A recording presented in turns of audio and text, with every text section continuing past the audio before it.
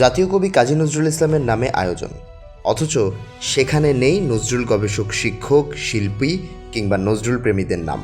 পরিবর্তে আমন্ত্রণপত্রে জায়গা পেয়েছেন বিভাগীয় কমিশনার, জেলা প্রশাসক ও উপজেলা নির্বাহী কর্মকর্তারা।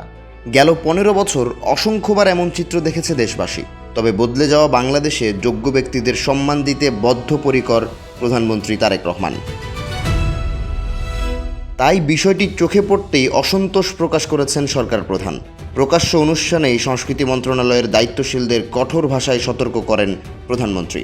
গেল বৃহস্পতিবার সকালে প্রধানমন্ত্রী কার্যালয়ে নজরুল বর্ষ 2026-27 উদ্বোধনী অনুষ্ঠানে এই ঘটনা ঘটে। প্রধান অতিথির বক্তব্যে প্রধানমন্ত্রী বলেন, নজরুলকে নিয়ে আয়োজিত অনুষ্ঠানের মূল কেন্দ্রবিন্দু হওয়া উচিত ছিল নজরুল গবেষক, শিক্ষক, সঙ্গীতশিল্পী ও নজরুল প্রেমী। কিন্তু আমন্ত্রণপত্রে তার বদলে প্রশাসনের কর্মকর্তাদের ভার্চুয়ালি যুক্ত থাকার বিষয়টি বিশেষভাবে উল্লেখ করা হয়েছে, যা এই আয়োজনের সঙ্গে সামঞ্জস্যপূর্ণ হয়নি। নিজের বক্তব্য আরও স্পষ্ট করতে একটি উদাহরণও দেন সরকার প্রধান। তিনি বলেন, ফ্যামিলি কার্ড বা কৃষক কার্ড বিতরণের অনুষ্ঠানে যদি নজরুল গবেষক বা শিল্পীদের উপস্থিতির কথা লেখা হতো, তাহলে সেটি যেমন অস্বাভাবিক শোনাতো, তেমনি নজরুলের অনুষ্ঠানে শুধু প্রশাসনিক কর্মকর্তাদের উল্লেখ করাও ঠিক হয়নি। ভবিষ্যতে এ ধরনের সাংস্কৃতিক আয়োজনের পরিকল্পনায় আরও সংবেদনশীল হতে সংস্কৃতি মন্ত্রণালয়কে নির্দেশ দেন প্রধানমন্ত্রী। একই সঙ্গে বলেন, এমন কর্মসূচিতে সংশ্লিষ্ট বিষয়ে কাজ করা মানুষদেরই অগ্রাধিকার দিতে হবে। এ ঘটনাকে অনেকেই প্রশাসনের বিরুদ্ধে প্রধানমন্ত্রীর কঠোর দৃষ্টিভঙ্গির আরেকটি উদাহরণ হিসেবে দেখছেন। সম্প্রতি বগুড়ার নতুন রেলপথ প্রকল্পেও প্রতিমন্ত্রী বন্ধুর প্রস্তাব সরাসরি নাকচ করে দেন তারেক রহমান।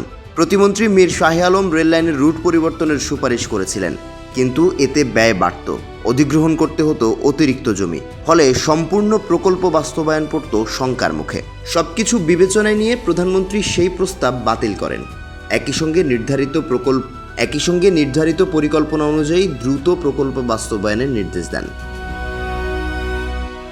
এছাড়াও সম্প্রতি বাজেট অধিবেশনে অনুপস্থিত দলীয় সংসদ সদস্যদের প্রতি ক্ষোভ প্রকাশ করেন প্রধানমন্ত্রী। অনুপস্থিত সরকার দলীয় এমপিদের কারণ দর্শাতে হুইপদের নির্দেশ দেন তিনি। পরপর 3টি ঘটনায় একটি বিষয় স্পষ্ট, দায়িত্ব অবহেলার বিষয়ে এক চুলো ছাড় নয়, ধোপে টিকবে না স্বজনপ্রীতি, যোগ্যদের দেয়া হবে প্রাপ্ত সম্মান। নেটিজেনরা বলছেন, সবার আগে বাংলাদেশ নীতি বাস্তবায়নে এমন কঠোর প্রধানমন্ত্রী প্রয়োজন।